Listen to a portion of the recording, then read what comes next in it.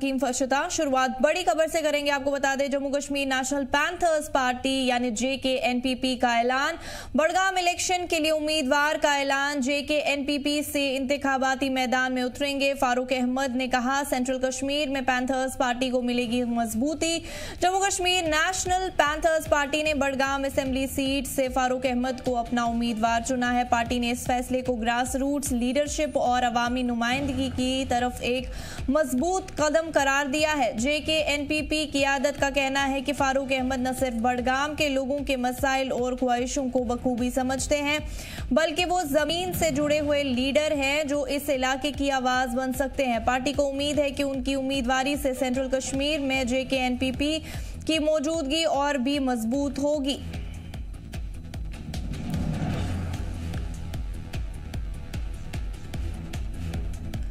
बड़ी खबर आपको बड़गाम से बता रहे हैं। Jammu Kashmir national panthers party का ऐलान, बड़गाम इलेक्शन के लिए उम्मीदवार का ऐलान किया गया है। JKNPP से इंतखाबाती मैदान में उतरेंगे। फारूक अहमद ने कहा, सेंट्रल कश्मीर में पैंथर्स पार्टी को मिलेगी मजबूती। Jammu Kashmir national panthers party ने बड़गाम असेंबली सीट से फारूक अहमद को अपना उम्मीदवार चुना है।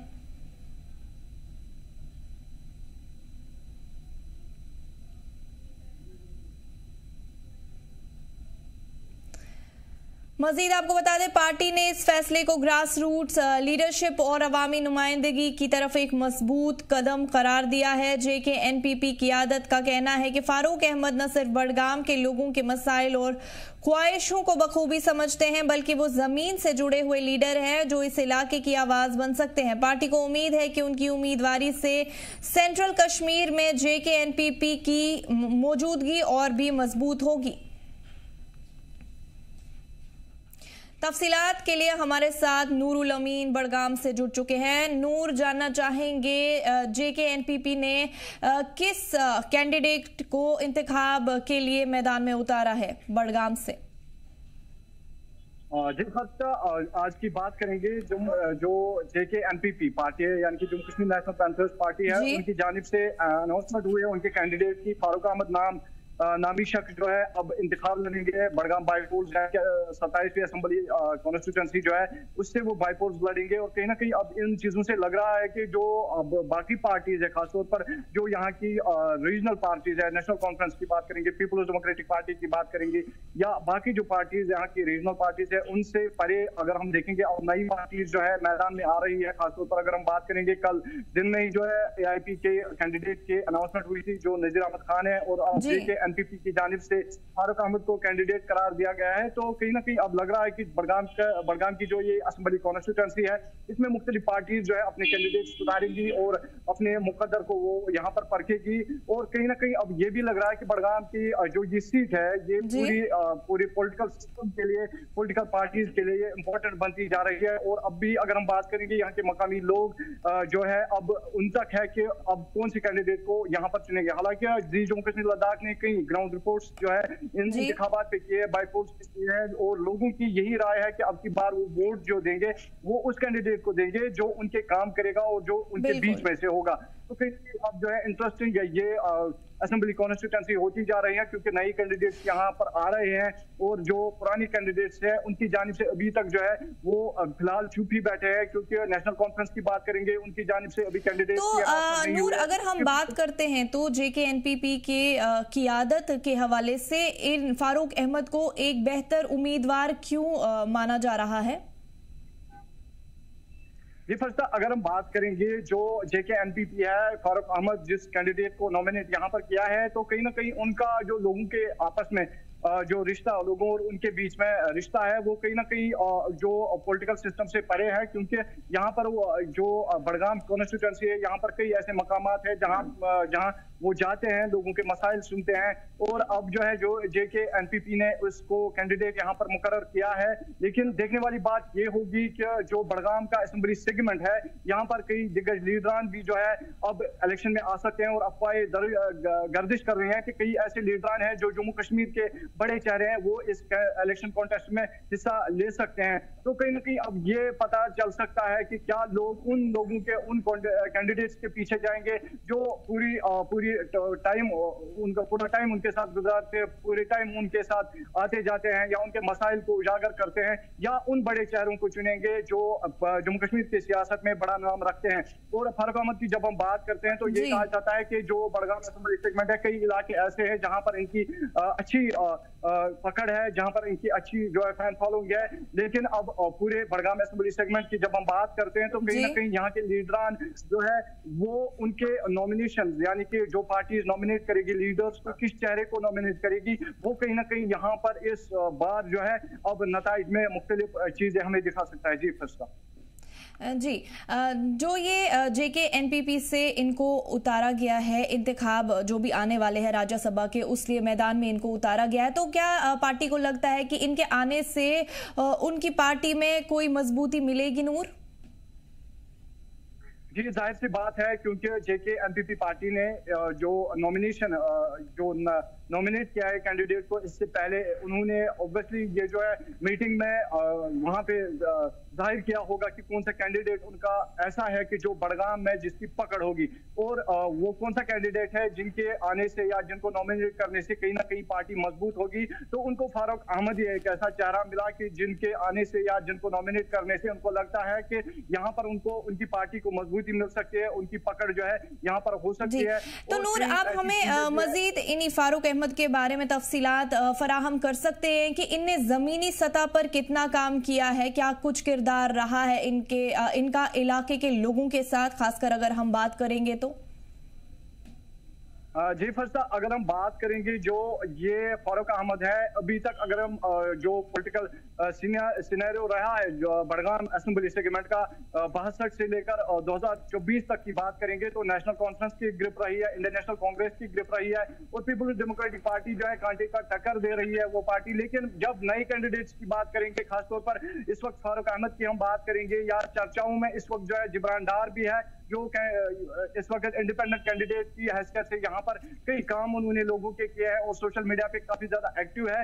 और फारूक अहमद की पर्टिकुलरली जब हम बात करेंगे तो अभी नए ही चेहरे हैं सियासत में यहाँ पर जिला बड़गाम में, तो कहीं ना कहीं उनके लिए टफ चैलेंज रहेगा। लेकिन अभी की अगर हम बात करेंगे, पार्टी ने उनको जो है यहाँ पर नॉमिनेट किया है, तो पार्टी को कोई ऐसी चीज वहां पर नजर आई होगी जिसमें उनको कैलिबर दिखा होगा कि फारूक अहमद ने लोगों के साथ रिश्ता बहुत ज्यादा मजबूत किया है, तभी जो है पार्टी ने इनको नॉमिनेट किया है। हालांकि ये कहना मुश्किल होगा कि क्या लोग फारूक अहमद का साथ देंगे कि नहीं देंगे, क्योंकि अगर हम अभी की बात करेंगे जो पॉलिटिकल सिनेरियो बड़गाम का है और लोगों की राय जो है वो वो ये राय रखते हैं कि अब की बार वो उसी कैंडिडेट को वोट देंगे जो उनके काम या मुतालबात जो है वो मुकम्मल करेगा या ऐवान तक पहुंचाएगा या उनकी बात करेगा।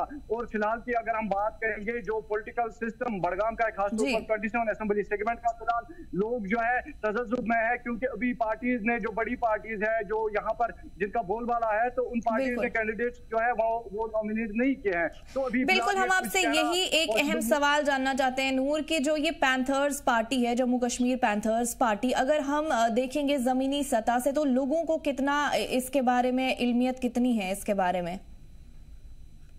जी फर्सा, अगर हम बात करेंगे अभी की, तो जो Jammu Kashmir national panthers party है, तो अभी बड़गाम में इनका पहला ये कॉन्टेस्ट है, खासतौर पर जो बाईपोल्स यहाँ पर हो रहे हैं, तो पहला कॉन्टेस्ट असेंबली सेगमेंट बड़गाम में है, तो कहीं ना कहीं टफ इनके लिए रहेगा, क्योंकि बड़गाम असेंबली सेगमेंट एक बहुत बड़ा असेंबली सेगमेंट है। और डिलिमिटेशन की जब हम बात करते हैं, डिलिमिटेशन में भी बड़गाम के इस असेंबली सेगमेंट में कटौती से ज्यादा जो वोट्स है उनकी बढ़त हुई है। तो कहीं ना कहीं जो है बड़गाम इतना बड़ा असेंबली सेगमेंट 27 है कि यहाँ पर जो लोग है, वसी एरिया है, तो उन तक पहुंचना, उन तक अपनी राय पहुंचाना, उन तक अपनी पार्टी का मंशूर पहुंचाना, कहीं ना कहीं ये टाइम कंज्यूमिंग एक प्रोसेस है। और आज जेके पैंथर्स पार्टी ने जो यहाँ पर नॉमिनेट किया है कैंडिडेट को, तो उनके लिए कहीं ना कहीं ये चैलेंजिंग टास्क रहेगा। एक ही महीने के अंदर पूरे अवाम तक पहुंचना, ये भी कहीं ना कहीं एक मुश्किल टास्क है, लेकिन जो कोशिश है ये भी जारी रखेंगे, लोगों तक पहुंचने की कोशिशें करेंगे, और उसके बाद ही पता चलेगा कि क्या Jammu Kashmir national panthers party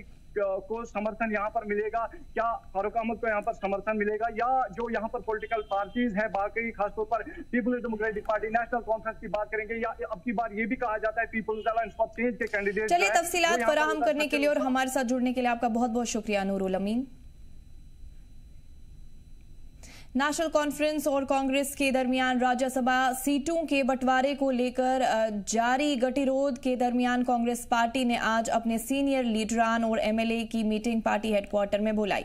Bandipora से एमएलए कांग्रेस के सीनियर लीडर निजामुद्दीन भट्ट ने बताया कि इस मीटिंग का मकसद इत्तेहाद से जुड़े चैलेंजेस पर गुफ्तगू करना था और पार्टी हाईकमांड से गाइडेंस हासिल करना है।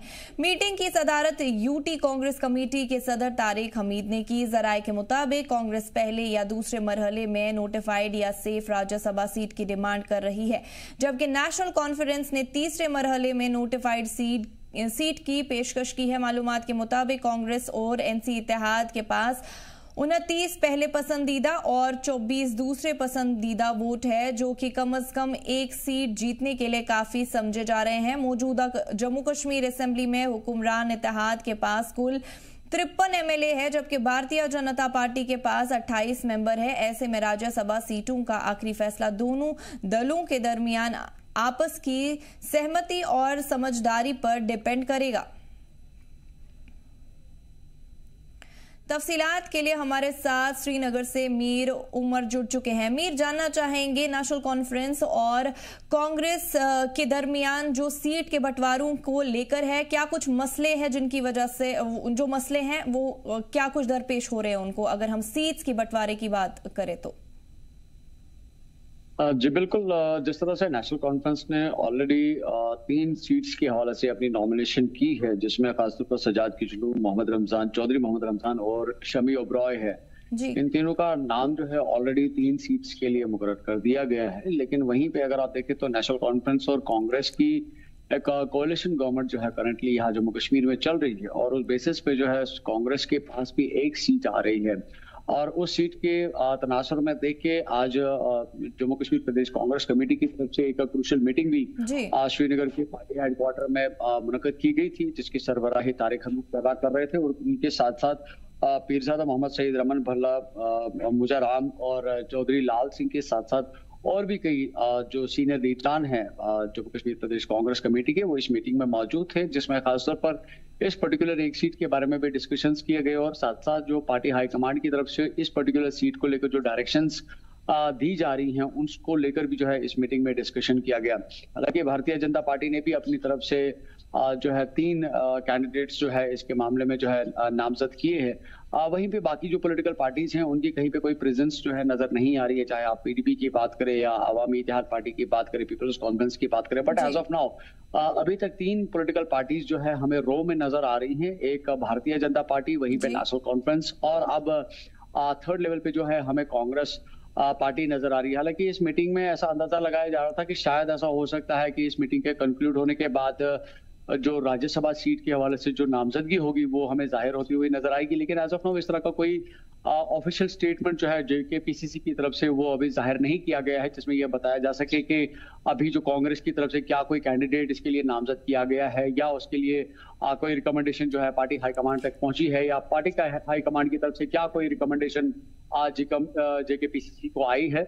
ये डिटेल्स जो है अभी कंफर्म नहीं हुई हैं प्रदेश कांग्रेस कमेटी की। अगर हम जानना चाहेंगे ये जो मीटिंग की गई कांग्रेस की जानिब से, ये किस इलाके में बुलाई गई, और वहीं पे बांडीपोरा से जो एमएलए है कांग्रेस के सीनियर लीडर निजामुद्दीन भट्ट, उनका भी बयान सामने आ रहा है। उनने क्या कुछ बयान दिया, क्या कुछ बताया है, इस मीटिंग का मकसद क्या था?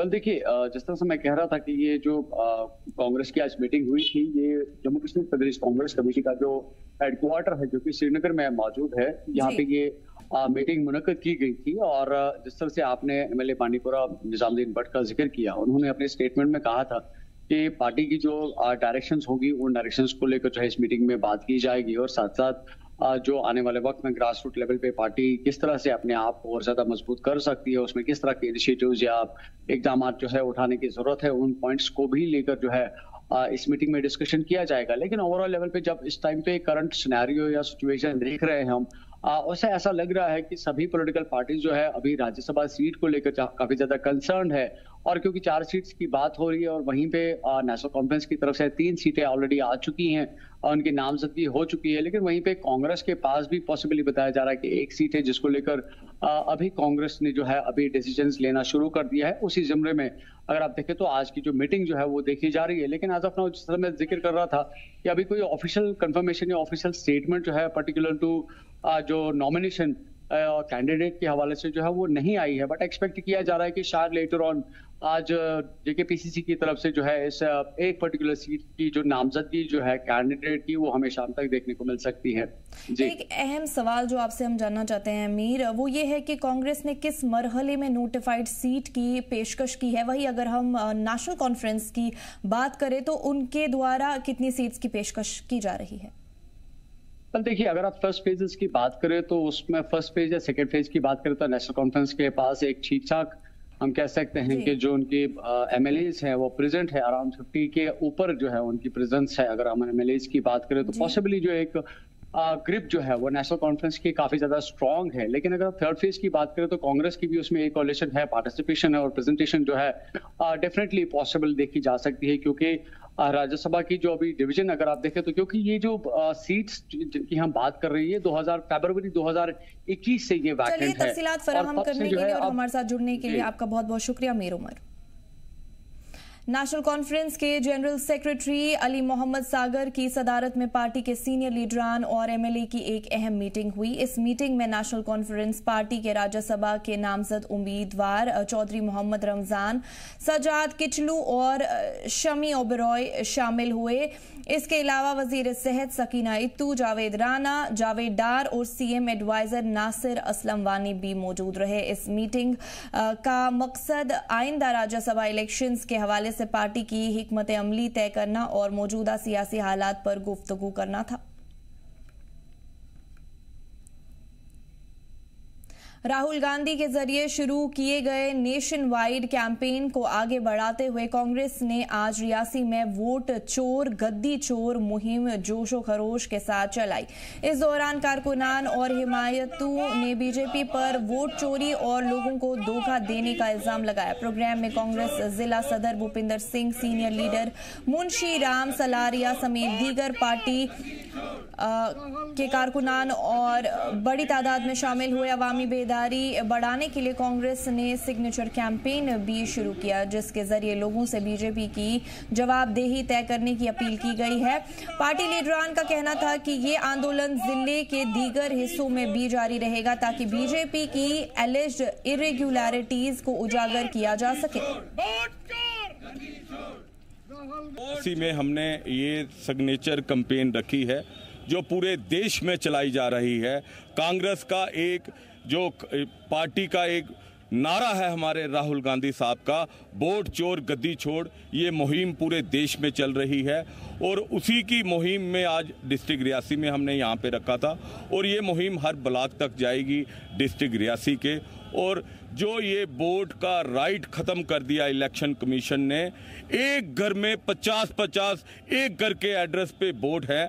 जो वोट चोरी करके भारतीय जनता पार्टी इस देश में रूल कर रही है, ये उसी के जो ये इन्होंने छेड़ रखा है, चोरी करके और सत्ता में आ जाते हैं, उसके खिलाफ हमने पूरे देश में माहौल बनाया है और आज हमने रियासी में किया है और कल हम इसका पौनी में करेंगे, फिर मोहर में करेंगे और लोगों को जागरूक करेंगे।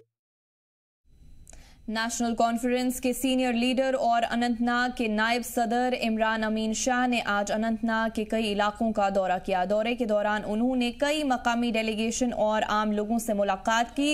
इस दौरान मकामी लोगों ने अपनी परेशानियां नायब सदर के सामने रखी और उन्होंने यकीन दिलाया कि तमाम जायज़ मांगों और परेशानियों को जल्द से जल्द हल किया जाए।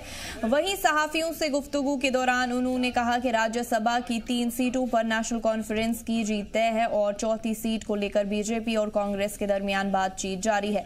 उन्होंने भरोसा जताया कि असेंबली की दोनों सीटों पर भी पार्टी क्लियर मेजॉरिटी से जीत हासिल करेगी। बाई इलेक्शन नगरोटा और बड़गाम में है, वो इंशाल्लाह भारी अक्सरियत के साथ नेशनल कॉन्फ्रेंस जीतेगी। जो सुप्रीम कोर्ट का बड़ा इदारा है, इंसाफ जहां मिलता है, हमें बस उससे उम्मीद है। बाकी जो है सेंट्रल गवर्नमेंट पे हमें कोई उम्मीद नहीं है, क्योंकि कोई मुस्बत जवाब उनकी तरफ से नहीं आ रहा है। हमें बस अब जो यहाँ पे सुप्रीम कोर्ट का है, वो एक बड़ा इदारा है मुल्क का, उस पर हमें पूरा भरोसा है। कश्मीरी के साथ इंसाफ होगा और हमें अपना जो हक है स्टेटहुड का वो रेस्टोर हो जाएगा।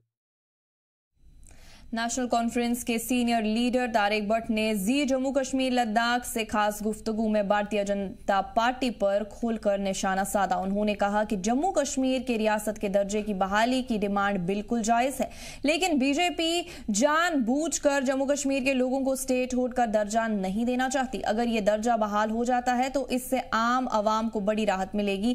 तारिक भट्ट ने अपोजिशन लीडर सुनील शर्मा पर भी सख्त तनकीद की। उन्होंने कहा कि अगर सुनील शर्मा किसी बी फाइल पर एलजी से मोहर लगवा सकते हैं तो बिजनेस रूल से मुतलिक फाइल जो एलजी के दफ्तर में पड़ी है उस पर भी अप्रूवल दिलवा दे। उन्होंने डिप्टी सीएम और सुनील शर्मा के दरमियान चल रही कंट्रोवर्सी पर अपना रद्द अमल देते हुए कहा, डिप्टी सीएम बिल्कुल सही है, लेकिन अपोजिशन लीडर सुनील शर्मा नहीं चाहते कि जम्मू के लोगों का भला हो। इस वक्त हमारे साथ खास बातचीत करने के लिए एनसी के सीनियर लीडर तारिक भट्ट साहब मौजूद हैं। सर, आपसे जानना चाहेंगे जो स्टेटहुड पे अभी जो बात चल रही है, एलओपी साहब ने कहा है कि स्टेटहुड, कौन सी स्टेटहुड की एनसी मांग कर रही है, जहां से पत्थरबाजी हो वो स्टेटहुड की मांग करी, उस पर आपका क्या रिएक्शन रहेगा? देखिए, हम उस स्टेटहुड की बात कर रहे हैं जो महाराजा गुलाब सिंह ने बनाई थी। हम उस स्टेटहुड की बात करते हैं जिस पे महाराजा रणवीर सिंह ने हुकूमत की, जिस पे महाराजा प्रताप सिंह ने हुकूमत की, जिस पे महाराजा हरि सिंह ने हुकूमत की, जिस पर डॉक्टर करण सिंह जी ने हुकूमत की। हम उस स्टेटहुड की मांग करते हैं। सुनील शर्मा जो है, इनका पता क्या काम है? ये हमारा घर जलाने के लिए अपने घर को आग लगाते हैं। इन्होंने अपना कलेजा ठंडा करने के लिए जो काम किया है, उससे क्या हो गया कि इनके अपने बच्चे, इनकी अपने कौम, इनके अपने लोग सब सफ़र कर रहे हैं, लेकिन ये कलेजे को ठंड पहुंचा रहे हैं कि हमने स्टेट को ख़त्म करके यूटी बना दिया है। जब ये स्टेट, हमारी जो रियासत थी, ये यूटी नहीं थी, तो तब क्या इस पे पाकिस्तान का कंट्रोल था? कि तब यहाँ पर हिंदुस्तान की आर्मी नहीं थी? तब हिंदुस्तान का झंडा यहाँ नहीं चढ़ता था? पत्थरबाजी फिर से पत्थरबाजों को छोड़ा किसने? जब यहाँ पर मुफ्ती सईद की सरकार, महबूबा मुफ्ती की सरकार में भारतीय जनता पार्टी के मिनिस्टर शामिल थे, तो पत्थरबाज इन्होंने छोड़े ना। 10,000 पत्थरबाज छोड़े किसने? आज किसकी बात करते हैं जी? जब चीफ मिनिस्टर महबूबा मुफ्ती थी तो इनका डिप्टी चीफ मिनिस्टर, दो डिप्टी चीफ मिनिस्टर इनके रहे हैं। उस वक्त 10,000 पत्थरबाज जो थे वो बीजेपी वालों ने छोड़े। आज ये कहते हैं कि पत्थर मारने वाली स्टेट। इनको शर्म आनी चाहिए इस किस्म की बातें करते हुए कि आप अपने पांव पे कुल्हाड़ी मार करके लोगों को बेवकूफ़ बना रहे हो कि नहीं जी हम हिंदुस्तान में शामिल हो गए। तो क्या पहले ये हिंदुस्तान की रियासत नहीं थी? आज से 5,000 साल पहले भी ये जम्मू कश्मीर हिंदुस्तान का हिस्सा था। कभी उस तरफ फिर जाते हैं, कभी उधर फिर जाते हैं। इनको अकल आनी चाहिए कि कम से कम जम्मू कश्मीर के लोगों का भला करो। रो रही है दुनिया जम्मू कश्मीर की, जम्मू कश्मीर के लोग रो रहे हैं, और बीजेपी के जो 28 एमएलए हैं, इन्होंने चुप्पी बांधी हुई है। इनके मुंह से नहीं निकलता कि जी जम्मू कश्मीर को रियासत का दर्जा दिया जाए और वो महाराजा गुलाब सिंह की रियासत वापस की जाए। कितना जरूरी है तारिक भट्ट साहब स्टेटहुड? अभी आप देखते हैं कि जब ये यूटी बनी थी तब वादा भी हुआ था कि स्टेटहुड जल्दी मिल जाएगी। 5 साल से ज़्यादा समय होने वाला है, क्या देखते हैं आप? ये स्टेटहुड कब की बन गई होती? ये बीजेपी के 28 एमएलए इसमें रोड़ा बने हुए हैं। मैं जम्मू कश्मीर की जनता से ये कहना चाहता हूँ कि अगर आप स्टेटहुड बहाल करना चाहते हैं, अगर आप रियासत का दर्जा बहाल करना चाहते हैं, अगर अपने बच्चों का मुस्तकबिल रोशन करना चाहते हैं, अगर अपने बच्चों को नौकरियां दिलाना चाहते हैं, रोजगार दिलाना चाहते हैं, तो इनका सफाया कर दो, तब ही जाकर आपका कुछ बनने वाला। वरना ये 28 एमएलए जो हैं, इनको रोजगार मिल गया है, इनको प्रोटोकॉल मिल गया है, इनको गाड़ियां मिल गई हैं, बंगले मिल गए हैं, ये उसी में मस्त हैं। बाकी जाएं बाढ़ में। अगर बाकियों का नुकसान होता है तो इनका क्या बिगड़ रहा है? इनको तो सबको मिल रहा है। इनकी अपनी तनख्वाह 3 लाख रुपया हो गई, बीजेपी वाले एनसी से अभी 1 साल का हिसाब मांग रहे हैं, बोल रहे हैं अपने रिपोर्ट कार्ड देना चाहिए इनको कि 1 साल में इन्होंने कितना काम किया। उस पर आपका क्या कहना है? बीजेपी वाले अपनी पीठ पे हाथ मार कर देखें कि कितनी मैल है। 11 साल से ये यहाँ पर कब्जा किए हुए हैं। 11 साल का हिसाब दे देना कि इन 11 सालों में इन्होंने क्या किया। इन 11 सालों में इन्होंने जो भी पिछली सरकारों के बनाए हुए प्रोजेक्ट हैं उनके ही उद्घाटन किए हैं। इन्होंने ये बताया ना, ये अपना हिसाब क्यों नहीं देते। अब मसलन वो मैंने पिछली बार भी कहा था ना कि अभी वो डोगरी में कहावत है कि करोड़ नहीं चली तो बाबातरी आई। अभी जुमा 8 दिन नहीं हुए सरकार बने हुए, तो हिसाब हम ये मांग रहे हैं। कभी मांगते हैं पिछली 17 साल का हिसाब दे दो, अब कहते हैं कि 1 साल का हिसाब दे दो। भाई तुमने जो 10-12 साल हुकूमत की है उसका हिसाब कौन देगा? पहले वो दे ना, वो हिसाब दे दो। आप तो ये कहते हो कि नहीं हम दूध के धुले हुए हैं। अभी सरकार खत्म होने दो ना, आखिर एक दिन सरकार खत्म होगी इनकी। एक दिन ये जोर जबर जो कर रहे हैं ये खत्म होगा। जब दूसरी सरकार आएगी उस वक्त इनको पता चलेगा कि हम नशे में क्या करते रहे, कहाँ कहाँ गफले करते रहे। वो जब सरकारें पकड़ेंगी इन सब को अंदर ठोकेंगी। बीजेपी बोले कि आपने कहा था कि 1 लाख नौकरियां देंगे हर साल, वो कहाँ पे हैं? 12 सिलेंडर फ्री कहाँ है? फ्री बस सेवा कहाँ है? सिर्फ झूठे वादे, कुछ लोगों को कुछ नहीं मिल रहा है। देखिए, वो ये तो कहते हैं कि इन्होंने झूठे वादे किए। जो वादे होते हैं वो कानून के मुताबिक पूरे किए जाते हैं। बिजनेस रूल क्यों नहीं दे रहे हैं जी? बिजनेस रूल कैबिनेट में पास करके असेंबली के अंदर सब कुछ करके दिया है, उस पर साइन करे ना। वो बोल रहे हैं हमें 2 फाइल हम साइन करवा देते हैं। तो फाइल दी हुई है ना, फाइल तो उन्हीं के पास है। फाइल तो उनको वो पास करके अपने पास थोड़ी रखी है, फाइल उनके पास है। बिजनेस रूल ही नहीं देते। जम्मू कश्मीर के अंदर आबराजी पड़ी हुई है, कोई कायदा कानून है ही नहीं जहाँ पर। अब उसमें जिसका जो दिल करता है वही दफा लगा देता है। लेकिन अब जो बेसिकली यूटी के अंदर जो बिजनेस रूल होते हैं वो बने नहीं अभी तक, तो किस तरह पूरा करना है? ये तो मैं कहता हूँ उमर साहब का और नेशनल कॉन्फ्रेंस की सरकार का मैं शुक्रिया अदा करता हूँ कि वो किस तरह से सरकार को चला रहे हैं। और उन्होंने गरीबों को दे दिया, राशन भी उनका बढ़ाया। उन्होंने जो 50,000 से 75,000 रुपया लड़कियों की शादी के लिए कर दिया। उन्होंने महिलाओं के लिए गाड़ी की सर्विस फ्री कर दी। उन्होंने जो राशन जो है वो 5 से 10 किलो कर दिया। वो तो कर रहे हैं अपने लेवल पर, लेकिन वो उतना ही कर सकते हैं जितना उनके दायरा अख्तियार में है। हाँ, ये बिजनेस रूल पे साइन करें, ये सारे काम जो है वो हो जाएंगे। और जो क्या कहते हैं सिलेंडरों का जो काम है, सिलेंडर भी वो दे रहे हैं। जो गरीबी की सतह से नीचे ज़िंदगी बसर कर रहे हैं उनको सिलेंडर दे रहे हैं वो। अब इनके थोड़े ये जो कहेंगे कि वही सब कुछ है, जो सरकार काम कर रही है उसका नाम नहीं लेंगे, जो नहीं हुआ है उसी को उस पर चिल्लाते हैं। तो आज अभी 5 साल के लिए मैंडेट मिला है नेशनल कॉन्फ्रेंस को। इन 5 सालों में ये सारे काम जो है पूरे होंगे। अगर ये नहीं करने देंगे तो सोचा जाएगा, विचार किया जाएगा कि आगे अब हमको क्या करना है। राज्यसभा में अभी जैसे राज्यसभा में मेंबर नॉमिनेट हो रहे हैं, 3 आपने कर दिया, लेकिन अलायंस का अभी वैसे अब पहले निकल रहा था कि कांग्रेस को भी 1 सीट आप शायद आप देख सकते हो, लेकिन आपने नहीं दी। लोग कह रहे हैं कि उनके साथ धोखा किया अलायंस के साथ। देखिए जी, लोग कहते हैं ना, लोग कह रहे हैं कि धोखा दिया। कौन लोग कहते हैं? वो बीजेपी के चंद चमचे कहते हैं कि जी धोखा दिया। जिनके साथ हमारा अलायंस है वो कहे ना धोखा दिया। उन्होंने तो नहीं कहा, हम तो उनको मिनिस्ट्री भी दे रहे थे। अब वो नहीं लें तो उसमें हमारा क्या कसूर है? वो बाहर से हमको सपोर्ट कर रहे हैं, अलायंस तो टूटा नहीं है। तो रही बात ये है कि अगर सियासत में कभी भी किसी भी वक्त कुछ भी फैसले बदले जा सकते हैं। तो बाकी रही बात जो नेशनल कॉन्फ्रेंस ने जो फैसला किया, उन्होंने एक काबिल तरीन लीडर्स जो हैं उनको मैंडेट दिया है। वो पार्लियामेंट में जाके जम्मू कश्मीर की सही नुमाइंदगी जो है वो करेंगे वहाँ, और वो इस काबिल हैं कि वो रियासत जम्मू कश्मीर की लोगों की असल में अच्छी नुमाइंदगी वो करेंगे वहाँ जाकर। अगर भट्ट साहब स्टेटहुड नहीं मिलता है तो आने वाले दिनों में क्या फिर से कोई एनसी एक नया आंदोलन स्टार्ट कर सकती है? देखिए, बड़ी बदकिस्मती होगी कि अगर ये हमें स्टेटहुड नहीं देंगे। इसका मतलब ये होगा कि ये जम्मू कश्मीर के लोगों को लताड़ना चाहते हैं, जम्मू कश्मीर के लोगों से भीख मंगवाना चाहते हैं। जिस तरह यूपी और बिहार में लोग जूठा होटलों से बचा हुआ गरीब वहाँ वो उनकी बचा हुआ खाना जो है वो खाते हैं, जम्मू कश्मीर के लोगों का ये यही हाल करना चाहते हैं। लेकिन इनको पता नहीं है कि खुदा की लाठी बड़ी बेवाज होती है।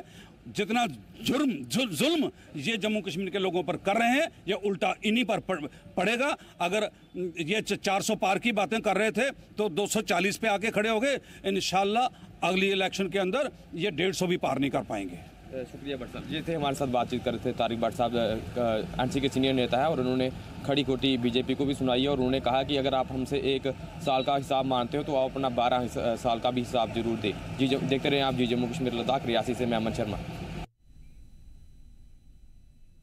बड़गाम जिले में मकामी लोगों ने बताया कि इलाके में डेवलपमेंट से जुड़ी कई परेशानियां हैं जिनका हल लंबी मुद्दत से नहीं हो पाया है। लोगों ने साफ कहा कि इस बार वो सोच समझकर वोट डालेंगे और ऐसे नुमाइंदे को चुनेंगे जो उनकी परेशानियों को संजीदगी से ले और इलाके में तरक्की के लिए वाकई काम करे। लोगों का मानना है कि सड़क, पानी, बिजली, हेल्थ सर्विस और एजुकेशन जैसे बुनियादी मसाइल अभी तक हल नहीं हुए हैं, इसलिए वो वोट उसी को देंगे जो जमीनी सतह पर तब्दीली लाने की सलाहियत और ईमानदारी रखता हो।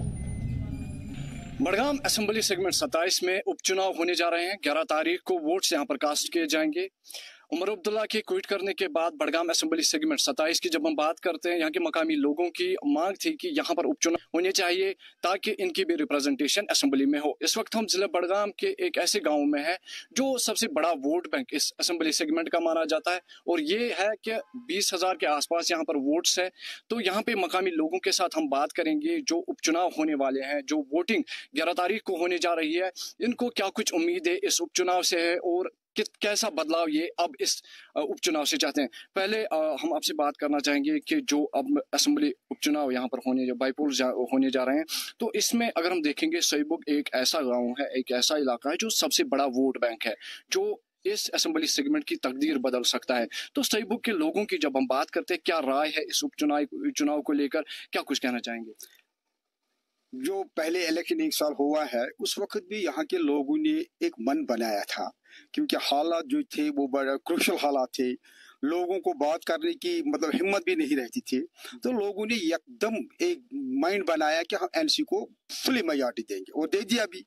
लेकिन 1 साल हो गया है, पूरा 1 साल हो गया है।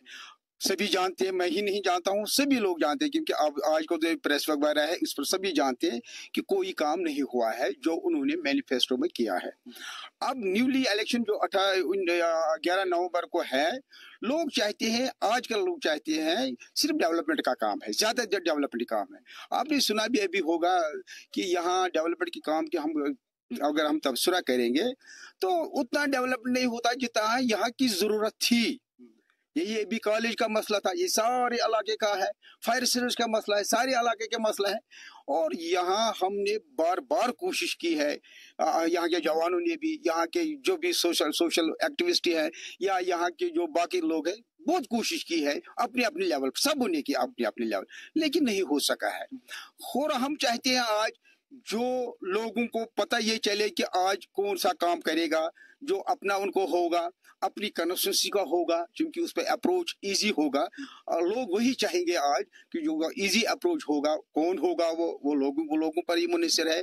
तो यही चाहेंगे लोग जो यहाँ डेवलपमेंट काम करेंगे, तो उन्हीं को लोग वोट डालेंगे। अगर हम पिछले असेंबली इंतखाबात की बात करेंगे जो 1 साल कबल हुए, 7 साल के बाद असेंबली इंतखाबात यहाँ पर हुए थे, उसमें हमें एक तब्दीली देखने को मिली, खासतौर पर नौजवानों को लेकर। नौजवान शदोमत से घरों से बाहर निकले, वोट्स कास्ट किए, और उसके बाद जो यहाँ पर लीडरलेस सिचुएशन रही 1 साल के लिए, क्या आपको लगता है उससे कहीं ना कहीं नौजवानों का जो जज्बा जो है वो कहीं ना कहीं बिखरा हुआ है? ये तो हकीकत है, क्योंकि हमारे अगर हम देखें एमपी फंड, पार्लियामेंट्री फंड्स है यहाँ, या हमारे एमएलए के फंड्स हो गए। उमर साहब ने यहाँ से इलेक्शन लड़ा और वादा ये किया था जहाँ से मुझे ज्यादा वोट आएंगे तो वहाँ वही बैठूंगा, लेकिन नहीं हुआ। 36,000 वोट उसने, हाईएस्ट वोट उसने लिए, फिर गांधीनगर चला गया। और जो फंड्स है 4 लाख, उनकी 4 लाख है, एमएलए की फंड 4 लाख है इस वक्त। हमें पता नहीं चला है कि वो 5 लाख 4 लाख कहाँ गए हैं। लोगों ने इस हिसाब से वोट भी दिए कि ये जो सीएम है, ये सीएम बनेगा, हमारे ज्यादा यहाँ काम हो जाएगा। अब तो एमएलए फंड्स भी पता नहीं कहाँ गए, कहाँ नहीं गए हैं। ये तो आज लोग यही सोचेंगे कि आज हम उसको वोट देंगे जो हमारा एक तो अपना कंस्टिट्यूंसी का होगा, दूसरा जो हमें इजी अप्रोच होगा उसके पास, तीसरा जो एक्टिव होगा काम करने वाला बंदा नुमाइंदा होगा। मुझे लगता है वोट आज लोग उन्हीं को देंगे, चाहे जवान हो, जवानों में ज्यादा ये है जरूरत है। चाहे हमें ये भी कहा था ये प्ले ग्राउंड का मसला है हमारा, ये तो जवानों को जरूरत है। बहुत सालों से हमने बहुत कोशिश की है लेकिन नहीं होता है। आप जवान भी ये सोचेंगे कि कौन हमारे फेवर में काम करेगा तो लोग नेचुरली उसी को वोट देंगे। हाँ बिल्कुल, ये सच बात है, दुरुस्त बात है कि जवान और लोग उसी को वोट देंगे जो उनके मुतालबात, उनके जो डिमांड्स है उनको पूरा करेगा। आपसे जानने की कोशिश करेंगे अभी अगर हम उपचुनाव की बात करेंगे और बाईपोल्स की बात करेंगे, अभी तक ऐसी पार्टीज है, खासतौर पर नेशनल कॉन्फ्रेंस है, पीपल्स डेमोक्रेटिक पार्टी है या पीपल्स अलायंस फॉर चेंज है या मजीद कुछ पार्टीज है, उनकी जानिब से कैंडिडेट्स नॉमिनेट नहीं हुए। हालांकि अवामी इत्तेहाद पार्टी ने नज़ीर अहमद खान को नॉमिनेट किया है, बाकी पार्टीज ने भी कॉन्टेस्टिंग कैंडिडेट्स को नॉमिनेट नहीं किया है। क्या आप एक्सपेक्ट करते हैं किस टाइप के लीडर को आप यहाँ पर वोट देंगे, इलेक्शन असेंबली में भेजेंगे? हम अगर आप मुझसे चाहते हैं, मुझसे ये सवाल करते हैं, मेरी जाती राय ये है कि हम उसको वोट करेंगे या मैं लोगों से ये अपील करूंगा आप उसको वोट कीजिए जो हमारी कॉन्स्टिट्यूंसी के लिए डेवलपमेंट का काम करेगा। ये जानकर, ये देखकर आप वोट कास्ट कीजिए। बाकी कैंडिडेट्स तो बहुत होंगे, कम से कम मेरा अंदाजा ये है कि मैं अंदाजे के साथ आपको कह सकता हूँ, एक अंदाजा है मेरा कि कम से कम 13-14 कैंडिडेट होंगे यहाँ। लेकिन एक को इनको चुनना है लोगों को और ये देखना कि हमारे काम में कौन करेगा, उसको वोट करना है। अगर हम काम की बात करते हैं, बुनियादी सहूलियात की बात करते हैं, खासतौर पर सही बुक की बात करेंगे, क्या वो काम है, क्या वो बुनियादी सहूलियात है, क्या वो प्रोजेक्ट्स है जिनके लिए यहाँ के लोग वोट कास्ट करेंगे? हाँ सर, ये तो बहुत अच्छा सवाल है आपका। यहाँ एजुकेशन सेक्टर्स जितने भी हैं उसके लिए लोग यहाँ वोट करेंगे। हमारा एक हाई स्कूल यहाँ बना हुआ है, पिछले गर्ल्स हाई स्कूल, उस टाइम हमारे यहाँ डीसी साहब था, हारून साहब। आप ये भी देख रहे हैं कि वो रिटायर भी हो गया, बिल्डिंग वैसे ही है, वो ढांचा खाली बना है, बाकी उसमें कुछ नहीं बना है, बिल्डिंग वहीं पड़ी हुई है। हमारा पीएचसी है जो 1962 में बना हुआ है, अभी पीएचसी है, आधी बिल्डिंग है आधी नहीं है, उसके लिए लोग वोट करेंगे। वो हम चाहते हैं कि उसको अपग्रेड कीजिए, आप सब डिस्ट्रिक्ट अस्पताल बनाए। ये हमारा कॉलेज जहाँ आप हमसे बात करें, हमारा कॉलेज देखे 18 में इन्वेस्टमेंट हुआ है, 18 में टेंडरिंग हुई है, 18 से अभी तक काम चल रहे हैं। अभी आप देखिए कि प्लान कंप्लीट नहीं हुए। बार हम गवर्नमेंट से ये अपील कर रहे हैं कि मेहरबानी करके इसमें जरा जल्दी कराए आप लोग, नहीं हो रहा है। हमारा ये जो बॉन्ड रोड, मैंने अभी आपको बताया कि बॉन्ड रोड यहाँ हमारा 7.5 करोड़ रुपया प्रोजेक्ट बना हुआ है, 400 मीटर में बैकडम नहीं करने देते हैं वाइल्ड लाइफ वाले। तो हमने डिपार्टमेंट को, हमने मुतलका हुकूमत को, जो अभी बनी हुई हुकूमत है, काटपतली हुकूमत, खाली ये रट लगाई हुई है हमें सिटी रोड चाहिए। आप मुझे ये बताए कि दिल्ली में यूनियन टेरिटरी नहीं है, पौंडीचेरी में नहीं है, वहाँ क्या बोलते हैं उसको, गोवा में नहीं है। जितने भी यहाँ यूनियन टेरिटरीज है वो तो हुकूमतें चला रही हैं, वो डेवलपमेंट काम कर रहे हैं। हमारे लिए ये क्यों सर दर्द बन गए कि खाली हमें सिटी रोड चाहिए, सिटी रोड, ये लोगों को धोखा देने के लिए। ये आप देखिए कि ये हमारा बॉन्ड रोड है, इसको क्या पता नहीं है? जो कल इसका ये डिप्टी सीएम बयान दे रहा था, उसको ये पता नहीं है वो क्या खाली लोगों का क्या काम कर रहे हैं। वो बोल रहे हैं हमारे पास पावर नहीं है। पिछले हफ्ते इन्होंने बारामूला का सीईओ उसको ट्रांसफर कर दिया, उसको अटैच कर दिया वहां। वो पावर है जो यहाँ अपने, जिसको ये चाहते हैं उसको जहां चाहते हैं वहां ट्रांसफर करते हैं, वो पावर है। जो अभी पिछले बार ही इन्होंने बजट दिया था, असेंबली मेंबरों ने, हमारे मिनिस्टर एमएलए साहब ने भी, जो अभी विड्रा एमएलए साहब है, चीफ मिनिस्टर साहब, उसने हमारा ये प्लान दिया। इसने क्या लोगों को पूछा कि आपको क्या जरूरत है? वो सोईबुक आया, उसने कोई नुमाइंदा सोईबुक भेजा। आज तक 1 साल में यहाँ कोई गवर्नमेंट का मिनिस्टर आया, कोई एमएलए आया, आज तक मुझे ये बताए, ये मुझे दिखाए ना। खाली इसका वो जो डिप्टी सीएम है खाली बयानबाजी कर रहा है। नाराजगी आपकी दिखाई दे रही है और यही सूरत हाल है। आपसे मुख्तसरन जानना चाहेंगे, जैसे आपने कहा कि यहाँ पर कोई लीडर नहीं आया जब से उमर अब्दुल्ला ने क्विट किया, यहाँ पर कोई रिप्रेजेंटेटिव नहीं आया। हालांकि नेशनल कॉन्फ्रेंस की जानिब से नासिर असलम वानी को यहाँ पर रखा गया था एज केयर टेकर रिप्रेजेंटेटिव इस असेंबली कॉन्स्टिट्यूंसी का। क्या वो यहाँ पर आए? कब आए हैं आप मुझे बताए, कब आए? आप तो एक मीडिया पर्सन है, आपको तो इन्फॉर्मेशन होगी। आपने कभी उसका ये कोई रिकॉर्डिंग यहाँ की किसी प्रोग्राम की? वो कभी नहीं आया। तो आपको लगता है उपचुनाव के जो उपचुनाव होने वाले उससे बदलाव आ सकता है? लोग भी बदलाव चाहते हैं? बिल्कुल, लोग 100% बदलाव चाहते हैं और इनसे नजात चाहते हैं। एनसी से वो नजात चाहते हैं। जब इनका बड़ा ही घर का जिम्मेदारी बेईमान होगा तब नीचे वाले क्या होंगे? इन्होंने हमारे साथ बेईमानी की, धोखा दिया लोगों को। उस टाइम मैं यहाँ चीफ मिनिस्टर बन के रहूंगा, फिर कहाँ गया? जब पिछले बार इसने 1 महीने पहले यहाँ प्लान दे दिया, सीडीएफ का प्लान जो दिया एमएलए का, ये लोगों को पूछने आया कि आप लोगों को क्या जरूरत है? अपने वर्करों को वहां बिठा के ले लिया, फोन पे उनसे पूछा कि कौन कौन सी काम कर रहे हैं, वो रख दिया। 5 करोड़ है एक MLA के फंड्स 1 साल के लिए, तो हमें कुछ हिस्से में नहीं आया सोई बुक में। ये हमारा लिस्ट वो दिखाए क्या रखा है हमारे प्लान में, और किस बुजुर्ग से यहाँ बात की है। मैं एक जवान, मुझे छोड़े, लेकिन कम से कम हमारे बुजुर्गों को इनको पूछना था, हमारे औकाफ वालों को पूछना था, सोशल जो सिविल सोसाइटी के मेंबरान यहाँ हैं उनको पूछना था, जो सोशल एक्टिविस्ट है उनको पूछना था। किसको पूछा इन्होंने? खुद बनाया। इसलिए मैं लोग आपके वसात से लोगों से यही अपील करता हूँ, मेहरबानी करके सोच समझ कर इस टाइम वोट डालिए हमारी कॉन्स्टिट्यूंसी में, और बाहर वाले को भी यहाँ आने मत दीजिए। शुक्रिया सर। चलिए शुक्रिया हमारे साथ बात करने। ये बात दुरुस्त है कि जो लोग हैं, लोग तरक्याती काम के लिए, तामीराती काम के लिए, बुनियादी सहूलियात के लिए वोट देते हैं, और बड़गाम उपचुनाव आने वाले हैं और फिर से एक बार बड़गाम के लोग कह रहे हैं कि हम उन्हीं तरक्याती कामों के लिए, बुनियादी सहूलियात के लिए वोट देंगे। और अब की बार यह है कि जो इलेक्शंस में कॉन्टेस्टिंग कैंडिडेट्स होंगे उनको देखकर वोट्स दिए जाएंगे, ना कि पार्टी को देखकर। जिला बड़गाम के सोईपुर से मैं जम्मू कश्मीर लद्दाख के लिए नूरुल उम्मीद। दीपावली को लेकर बाजारों में तो रौनक देखी जा रही है, मगर आधार कैंप कटरा में यात्रा न होने के चलते दुकानदार काफी परेशानियों का सामना कर रहे हैं, क्योंकि कटरा का पूरा कारोबार मां वैष्णो देवी के सफर पर मुनहसर है। इस वक्त यात्रा में काफी ज्यादा कमी है। सिर्फ 6-7 हजार अकीदतमंद ही भवन में हाजिरी देने के लिए कटरा पहुंच रहे हैं, जिसके चलते कटरा में काम कर रहे दुकानदार, चाहे वो होटल वाले हो या ट्रैवल एजेंसी वाले, हर एक शख्स इस वक्त कहीं ना कहीं परेशानियों का सामना कर रहा है, क्योंकि यात्रा न होने के चलते कारोबार में काफी ज्यादा कमी पाई जा रही है। मेरा नाम रोशन है। तो जय माता दी। तो ये साल तो पूरा ऐसे ही जा रहा है कि कभी यात्रा बंद हो रही है, कभी कुछ हो रहा है, कभी मौसम की वजह से ये वो। तो अब यात्रा चले थोड़ी, तो हमको भी थोड़ा राहत मिले। बहुत टाइम से ऐसे चल रहा है यात्रा। तो पहले भी यात्रा तो 20-22 दिन से ऐसे ही बंद रही।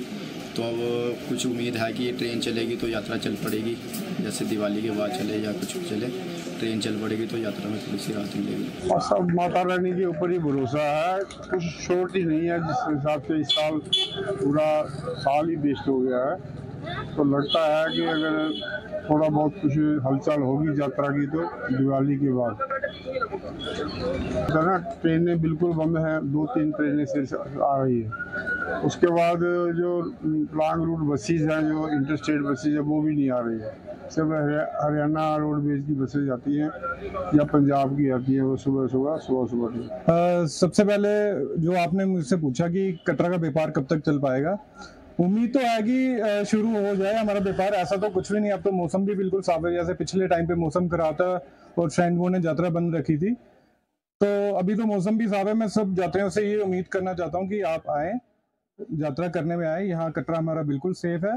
और व्यापार की बात रहे, व्यापार हम यही उम्मीद करते हैं दीपावली के बाद हमारे व्यापार अच्छे से चल पड़े और ये दिवाली सबके लिए अच्छे से आए, खुशहाली लेकर आए। जय माता दी। धन्यवाद। जहां एक दिवाली पर्व को लेकर पूरे भारतवर्ष की दुकानों पे काफ़ी ज़्यादा लोग खरीदारी के लिए पहुंच रहे हैं, वहीं अगर इसी बीच बात आधार शिविर कटरा की करें तो यात्रा ना होने के चलते दुकानदार सबसे ज़्यादा इस समय परेशानियों का सामना कर रहे हैं, क्योंकि यात्रा नहीं है। लोगों को रोजगार कमाने में काफ़ी ज़्यादा मुश्किलों का सामना अब करना पड़ रहा है, क्योंकि ज़्यादातर दुकानदार कटरा के यात्रा पर ही निर्भर है, चाहे वो दुकानदार हो, होटलियर हो या फिर किसी भी तरीके का व्यापार करने वाले कटरा का व्यापारी वर्ग पूरे तरीके से मां वैष्णो देवी की यात्रा पर निर्भर है। हालांकि अब अभी की बात करें तो यात्रा में काफी ज्यादा कमी है, क्योंकि पिछले दिनों भी 3 दिन के लिए यात्रा को स्थगित रखा गया था, उसके बाद सुचारू रूप से यात्रा को शुरू कर दिया गया था। पर परेशानियों का सामना इस समय कटरा में सबसे ज्यादा कटरा में कार्य कर रहे दुकानदार हो या फिर ट्रैवल वाले हो, उन्हें करना पड़ रहा है।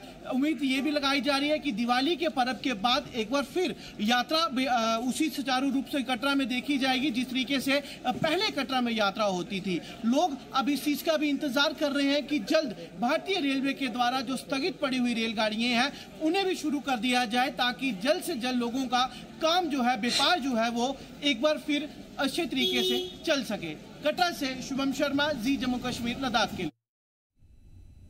तफसीलात के लिए हमारे साथ शुभम शर्मा कटरा से जुड़ चुके हैं। शुभम जी, जानना चाहेंगे, त्योहार आने वाला है, दिवाली करीब है, वहीं पे अगर हम बात करें तो कटरा में दुकानदार काफ़ी परेशानियों का सामना कर रहे हैं। क्या कुछ तफसीलात है इस हवाले से? किन किन परेशानियों का सामना उनको करना पड़ रहा है? क्या कुछ दिक्कतें आ रही हैं, बताइए।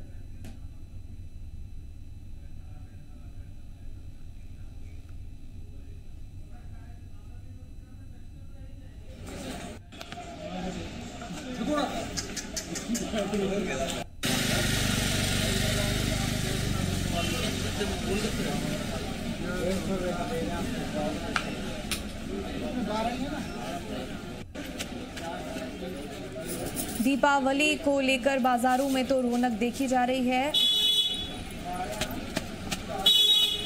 शुभम, त्योहार नज़दीक है, दिवाली आने वाली है, मगर वहीं पे अगर हम बात करें कटरा के बाजारों की तो दुकानदार जो है काफ़ी मुश्किलों से जूझ रहे हैं, काफ़ी परेशानियों का सामना करना पड़ रहा है उनको। क्या कुछ दिक्कतें आ रही हैं उनको? बिल्कुल, देखिए, जिस तरीके से यात्रा पहले 2 बार पहले इस 1.5 महीने के अंदर स्थगित रही। अगस्त महीने में यात्रा बंद थी, उसके बाद अक्टूबर में जब 3 दिन का मौसम खराब बताया गया था तो उसके बाद यात्रा को भी बंद रखा गया था, जिस कारण कटरा में यात्रा की इस समय काफी ज्यादा कमी देखी जा रही है। दुकानदार सबसे ज्यादा परेशान है। जी, अगर मैं बात करूंगा तो यहाँ पर हर एक व्यापारी जो कटरा में काम करने के लिए, चाहे वो अन्य राज्यों से यहाँ पर आए हुए हैं, वो सब कहीं ना कहीं परेशानियों के साथ जूझ रहे हैं, क्योंकि यात्रा नहीं है, व्यापार में काफी ज्यादा कमी इस समय है। हालांकि दिवाली का पर्व भी दूर नहीं है, दिवाली के ऊपर पहले ही यात्रा में कहीं ना कहीं कटरा में कमी होती थी, पर ये बहुत देर के बाद ऐसा समय आया है कि जब कटरा में यात्रा जो है बिल्कुल ना के बराबर है। पहले कितने अकीदतमंद होते थे और अगर अब हम तादाद की बात करें तो कितने अकीदतमंद अब देखे जा रहे हैं, शुभम जी? बिल्कुल, देखिए, यात्रा की अगर बात करें आंकड़े की तो रोजाना जहां 20 से 25 हजार तक के श्रद्धालु मां वैष्णो देवी के भवन में हाजिरी लगाने के लिए पहुंचे थे, तो वहीं अगर मैं इसी हफ्ते की बात करूं तो लगभग 8 से 8.5 हजार के करीब ही श्रद्धालु रोजाना हाजिरी लगाने के लिए पहुंच रहे हैं। काफी कम आंकड़ा है, क्योंकि कटरा का व्यापार भी इसी यात्रा पर निर्भर है। श्राइन बोर्ड भी कहीं ना कहीं जो श्रद्धालुओं के लिए ही सुविधा उपलब्ध करवाने के लिए भी कहीं ना कहीं जो प्रयास करता है वो इसी यात्रा के ऊपर निर्भर है। पूरा जम्मू कश्मीर की अगर मैं बात करूं, जम्मू डिवीजन ज्यादातर यात्रा के ऊपर निर्भर है। लखनपुर से लेकर मां वैष्णो देवी की यात्रा ही नहीं, शिवकोड़ी तक का बिजनेस जो है वो कटरा के ऊपर से ही मां वैष्णो देवी की यात्रा के ऊपर से चलता था। यात्रा कमी के कारण हर एक शख्स जो कहीं ना कहीं यात्रा के साथ ताल्लुक रखता था वो इस समय परेशान है। और शुभम, अगर हम बात करें दुकानों की तो कैसे कैसे दुकान देखे जा सकते हैं वहां पे कटरा में? बिल्कुल, देखिए, कटरा में इस समय सबसे ज्यादा दुकानें जो है वो ड्राई फ्रूट्स की दुकानें हैं, जिसे हम प्रसाद की दुकानें भी कह सकते हैं। वो इस समय कहीं ना कहीं सबसे ज्यादा परेशानी के साथ जूझ रहे हैं, क्योंकि ड्राई फ्रूट एक ऐसा प्रोडक्ट्स है कि जो अगर समय पे बिके नहीं तो वो खराब भी हो जाते हैं। खासतौर से अगर मैं किशमिश की बात करूं या अखरोट की बात करूं तो इस समय सीजन है कि जब नया अखरोट मार्केट में आता है दिवाली के आसपास, पर दुकानदार जो व्यापारी है अखरोट के वो कहीं ना कहीं थोड़े से परेशान है, क्योंकि नया अखरोट जो है वो मार्केट में बिकने के लिए तो आने ही वाला है, पर पुराना स्टॉक जो है वो अभी तक पूरे तरीके से अखरोट का खत्म नहीं कर पाए हैं। काफी ज्यादा लॉस जो है वो सबसे ज्यादा ड्राई फ्रूट की जो दुकानें हैं कटरा की उनको हुआ है। तो कोई तफसीलात इस हवाले से कि जो मां वैष्णो देवी की यात्रा है ये कब अच्छी तरीके से होगी और कब जो यात्री है वो दर्शन कर सकते हैं माता के? बिल्कुल, एक अहम सवाल भी है, क्योंकि यात्रा की ही अगर मैं बात करूं तो यहाँ एक और अभी तक भारतीय रेलवे के द्वारा पूरी तरीके से गाड़ियां जो हैं वो नहीं चलाई गई हैं। कई सारी गाड़ियां हैं जो जम्मू और कटरा के बीच में अभी भी रद्द है। अगर मैं श्री शक्ति की बात करूं या फिर जम्मू मेल की बात हो, हेमकुंड एक्सप्रेस की बात हो या अन्य राज्यों से आने वाली रेलगाड़ियां हैं जो सीधे कटरा तक आती थी, पर रूट अभी तक पूरे तरीके से दुरुस्त नहीं हो पाया है।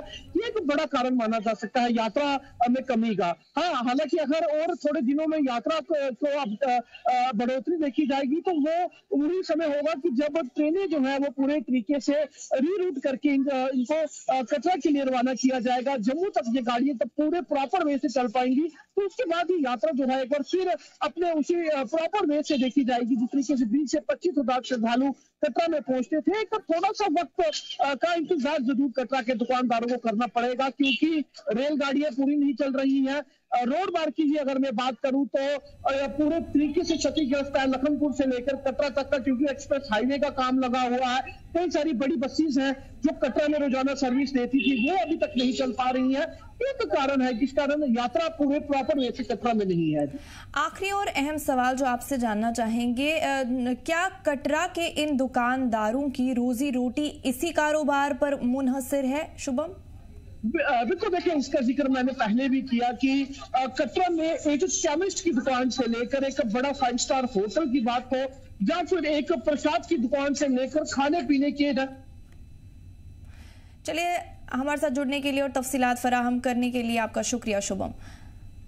श्रीनगर में इज्तिमाई निकाह तकरीब का एहतमाम किया गया, जिसमें 30 जोड़ों को निकाह कराया गया। इस खास मौके पर मौलाना मुबश्शिर वीरी मेहमान खुसूसी के तौर पर मौजूद रहे और नए जोड़ों के लिए दिल से दुआएं की। मशहूर सियासी कारकुनान फयाज अहमद मीर ने कश्मीर भर में बेदारी मुहिम शुरू करने का ऐलान किया, जिसका मकसद लोगों को सादे निकाह के फायदों के बारे में बेदार करना है।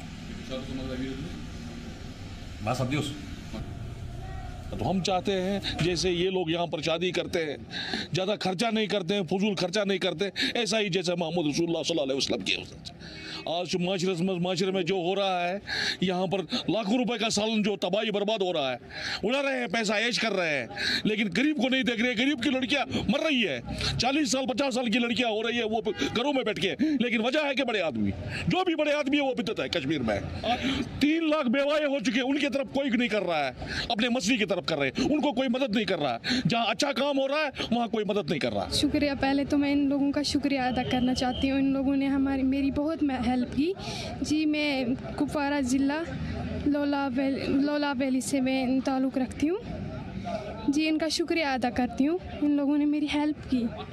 इसी में आ रही है सबसे ज़्यादा दहेज में प्रॉब्लम, तो गरीब क्या कर सकता है इसमें। पहले सलामत मैं खुश हो गया कि आज हमारी जो 30 बहनें थे मुख्तलिफ़ डिस्ट्रिक्टों से आए थे, जैसे कि कुपवारा से ऊपर भी है, लोलाब है, बांडीपोरा, श्रीनगर या बडगाम डिस्ट्रिक्ट है। अदर हमारे एक शायद इस्लामाबाद या शुपियन से भी एक बहन थी जो आई थी, दूर है, बहुत दूर है, वहाँ से आई थी। आज 30 बहनें जिनको हमने आज सामान मैरिज किट्स प्रोवाइड किए। हम रिसर्च करते हैं कि लगभग 80 हज़ार से बहनें जो हमारी शादी नहीं कर सकते, बिद्दत बन गया ना आजकल, जिससे हम दहेज करते हैं, डावरी देनी पड़ती है। एक बाप को, जो गरीब बाप होता है, उसको डावरी देनी पड़ती है। एक लड़की को समझना चाहिए, हमें दीन पे जाना चाहिए कि हमें क्या बता रहा है दीन, कि किस तरीके से हमें शादी करना चाहिए। किसी गरीब बाप को हमें दबाव नहीं करना चाहिए कि हमें वो चाहे। We need to support such foundations ताकि माशरे में निकाह करना हमारे लिए बहुत आसान हो जाए, और जो गरीब गोराबा हमारी बच्चियां हैं ना, उनका निकाह आसान हो जाए। सोशल लेवल सबसे बड़ा इसका मसला है, फजूल खर्चे, इसराफ, ये सारी वजहें मैं समझता हूँ कि एक बहुत बड़ा कारण है। ये बहुत बड़ी वजह है कि हमारी बच्चियों की भी शादी टाइम पे नहीं हो रही। हम देखते हैं, आए दिन हम देखते हैं कि शादियों में कितनी ज़्यादा फजूल खर्ची हो रही है। 50 लाख पे तो निकाह ही नहीं हो रहा है हमारी बच्चियों का। 40 लाख 20 लाख आप खर्च करो, तब जाके भी आप अपनी बेटी का निकाह ही नहीं कर सकते।